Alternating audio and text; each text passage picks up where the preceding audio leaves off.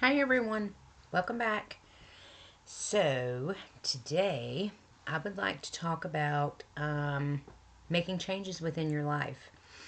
Over the last 5 years, as a single parent, I've had to make a lot of changes, and most of that has stemmed from my addiction. I spent about 13 or 14 years doing whatever I wanted, pretty much. Doing dope, shooting up dope, smoking dope, snorting dope, eating dope, whatever I could do. And I found out I was pregnant one time before. Pretty sure it was in 2015. And I wasn't ready. Like, I thought I was ready, and I was like, yeah, I'm going to be a parent. And ended up having a miscarriage. And the first thing I thought as soon as I had the miscarriage was, I got to get high. And I was with my mom at our cabin, and I told her, I'm sorry, but you have to take me home. Like, I need to get high. I need some dope. So that wasn't the best time.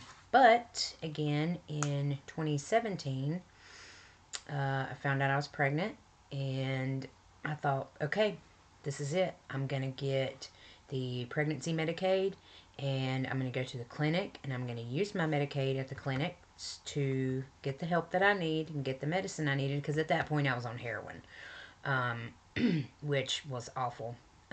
But, anyways, more about that later. So, my point is, if there is something in your life that you want to change, you can do it, because there is nobody else that is going to make these changes for you. I mean, we have motivators, like, of course, me being pregnant, my daughter, she was my motivation, obviously.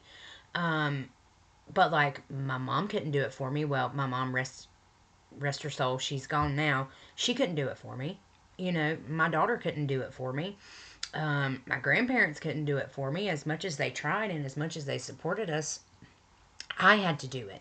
These changes that we need to make have to come within ourselves. And that's kind of where I'm at with this whole sugar deal and, needing to lose this weight. Nobody else is going to do this for me. I have to do this. I have to take control of my brain and say, you are going to control what you eat. You are not going to eat the junk anymore. You are going to lose this weight. You are going to make these healthy lifestyle changes because you need to. And again, my daughter is my motivator. But we have to do it. So many people think, oh man, I need to go see somebody. I need to talk to somebody. Yeah, that's great. That's wonderful. But they can't do it for you. They can support you on the journey for you to do it for yourself. And there's a lot of things that I could, a lot of tips that I'll get into later. I kind of need to go through those and figure out what all I want to say. But there's so many things that you can do to help yourself. One of the big things in addiction and recovery is coping skills. And what that is, if you don't know what a coping skill is, it's something that you do or perform to help you get through the day. Like, a lot of people like to journal, they like to write down their feelings. A lot of people like to exercise. Exercising is a coping skill because it takes your mind off of something else and gets it onto, something else. Sorry, I know that sounded stupid. But it takes your mind off of whatever you've been stressing about, whatever is going on in your life, and it focuses you somewhere else. Listening to music, taking a walk, taking a bath, taking a shower, taking a bubble bath, doing your hair, doing your makeup. All of those things can be coping skills because it focuses your mind somewhere else. And a lot of the times, like within addiction, they say, take it a day at a time, an hour at a time, even a minute at a time if you have to.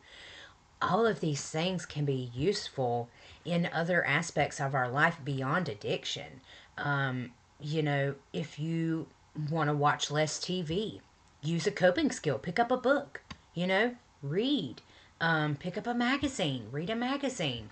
Get in the kitchen and cook supper. You know, all of these things can be used in our daily lives.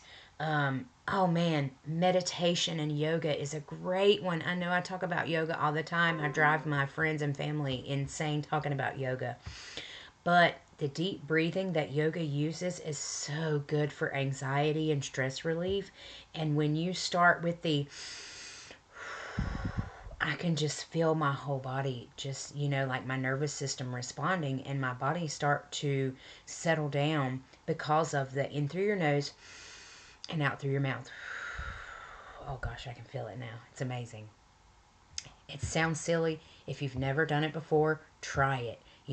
Go into a dark room, no sound, no TV, no music. Some people do like to use the meditation videos, but I like it to be totally silent because I can really pay attention to my body and what my body is doing and what my brain is telling my body. So, again, if you want to make changes, you can make them.